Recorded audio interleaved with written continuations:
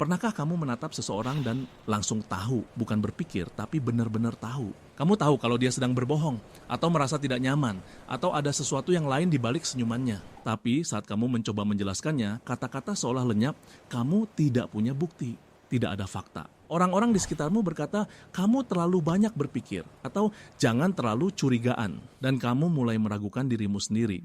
Mungkin aku memang gila, mungkin aku hanya mengada-ada, berhenti. Kamu tidak gila, kamu hanya lebih peka.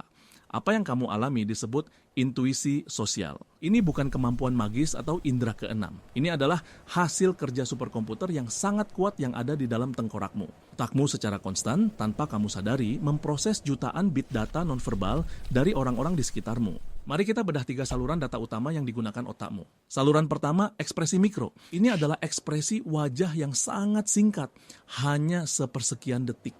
Mereka mengungkapkan emosi yang sebenarnya sebelum orang itu sempat menyembunyikannya. Seseorang berkata, aku baik-baik saja, tapi selama 0,2 detik, sudut bibirnya sedikit turun, otakmu menangkapnya. Saluran kedua, bahasa tubuh. Apakah orang itu menyilangkan tangan, menjauh saat kamu mendekat, mengetuk-ngetukkan jari dengan gelisah? Kata-kata mereka mungkin mengatakan, ya ide bagus, tapi tubuh mereka berteriak, aku benci ini dan aku ingin pergi dari sini. Otakmu tidak bodoh. Ia melihat ketidaksesuaian ini dan membunyikan alarm. Saluran ketiga, paralinguistik. Ini bukan apa yang dikatakan seseorang, tapi bagaimana mereka mengatakannya. Nada suara, kecepatan bicara, jeda, volume. Pernahkah kamu mendengar seseorang berkata, tentu tidak masalah dengan nada yang membuatmu tahu itu sangat masalah. Itulah paralinguistik. Kata-katanya positif tapi musiknya negatif. Otakmu mendengar musiknya, bukan hanya liriknya. Jadi, otakmu mengumpulkan data dari 3 saluran ini secara real time. Lalu ia melakukan hal yang paling hebat, mencocokkan pola. Otakmu memiliki database raksasa dari setiap interaksi sosial yang pernah kamu alami. Setiap kali pamanmu berbohong tentang hadiah Natal. Setiap kali temanmu berpura-pura menyukai potongan rambut barumu. Semua data itu tersimpan, lengkap dengan label emosionalnya. Saat kamu bertemu orang baru, otakmu tidak memulai dari nol. Ia memindai orang itu dan bertanya, pola ini, pernahkah aku melihatnya sebelumnya? Nada suara yang sedikit lebih tinggi saat menjawab pertanyaan langsung.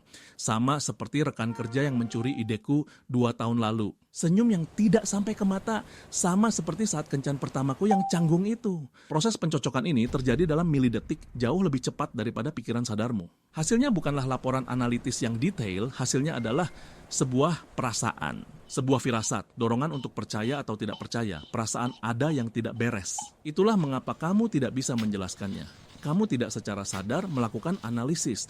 Superkomputermu yang melakukannya untukmu. Kedengarannya hebat, bukan? Punya detektor kebohongan bawaan. Tapi ada masalahnya, intuisi sosialmu tidak sempurna. Ya bisa dan seringkali salah. Mengapa? Karena database yang digunakannya bias. Database itu dibentuk oleh pengalaman hidupmu, ketakutanmu, prasangkamu, dan bias kognitifmu. Contohnya bias konfirmasi. Kamu cenderung mencari dan menafsirkan informasi yang mengkonfirmasi apa yang sudah kamu yakini. Jika kamu sudah berpikir bosmu tidak menyukaimu, kamu akan menafsirkan senyum netralnya sebagai senyum sinis. Otakmu mencocokkan pola yang salah. Ia menemukan bukti untuk mendukung ketakutanmu, bukan kebenaran. Lalu ada stereotip, jalan pintas mental yang berbahaya. Mungkin seseorang yang kamu temui tidak melakukan kontak mata karena dalam budayanya itu adalah tanda hormat, bukan karena dia tidak jujur. Intuisimu yang didasarkan pada databasemu yang terbatas memberikan alarm palsu.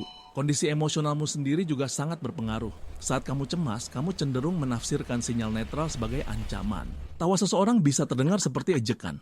Keheningan mereka terasa seperti penghakiman. Jadi, apa yang harus kita lakukan? Mengabaikan intuisi kita sepenuhnya? Tidak. Itu seperti membuang superkomputer karena kadang-kadang ia bisa terkena virus. Tujuannya bukan untuk mematikannya, tapi untuk mengupgrade perangkat lunaknya, untuk melatihnya. Berikut adalah algoritma 4 langkah untuk menggunakan intuisimu dengan lebih cerdas. Langkah pertama, amati jangan menilai. Saat kamu merasakan firasat itu, jangan langsung melompat ke kesimpulan dia pembohong. Alih-alih tanyakan pada dirimu, apa yang sebenarnya aku lihat atau dengar? Jadilah seorang detektif data, bukan hakim. Aku melihat dia menghindari kontak mata dan menyilangkan tangan saat aku bertanya tentang proyek itu. Ini data, bukan vonis. Langkah kedua, periksa biasmu. Setelah kamu punya data mentah, tanyakan, apakah penafsiranku dipengaruhi oleh pengalamanku di masa lalu? Apakah aku merasa seperti ini karena dia mengingatkanku pada mantan bosku yang mengerikan? Pisahkan sinyal saat ini dari gema masa lalu. Ini adalah bagian yang paling sulit, tapi paling penting. Langkah ketiga, pertimbangkan konteks alternatif. Otakmu suka cerita yang sederhana dan cepat. Dia menyilangkan tangan, jadi dia defensif. Titik. Tantang otakmu, paksa ia untuk menulis 3 cerita alternatif. Dia menyilangkan tangan karena mungkin dia kedinginan. Mungkin dia baru saja berhenti merokok dan tidak tahu harus berbuat apa dengan tangannya. Mungkin dia hanya nyaman dengan posisi seperti itu. Ini tidak berarti intuisimu salah, tapi ini mencegahmu terkunci pada satu kesimpulan yang mungkin bias. Langkah keempat, uji hipotesismu dengan hati-hati. Jangan langsung menuduh, aku tahu kamu tidak suka ideku. Ini akan langsung memicu pertahanan diri. Gunakan pertanyaan terbuka yang penuh rasa ingin tahu. Aku merasakan sedikit keraguan saat kita membahas timeline. Ada bagian yang menurutmu perlu kita perhatikan lebih lanjut. Ini mengubahmu dari seorang penuduh menjadi seorang kolaborator. Kamu mengundang dialog, bukan konfrontasi. Perhatikan respons mereka. Apakah mereka terbuka? Apakah bahasa tubuh mereka berubah? Kamu sekarang mengumpulkan lebih banyak data untuk superkomputermu. Jadi pada akhirnya, apa itu intuisi sosial? Itu bukan suara sihir dari alam semesta. Itu adalah ringkasan eksekutif dari database pengalamanmu yang sangat besar dan bias. Itu adalah titik awal yang kuat untuk penyelidikan, bukan kesimpulan akhir. Hargai dia, dengarkan dia. Tapi jangan pernah mematuhinya secara buta. Kamu tidak gila. Kamu hanya manusia yang dilengkapi dengan alat pendeteksi pola yang luar biasa. Sekarang, belajarlah untuk menggunakannya dengan bijak.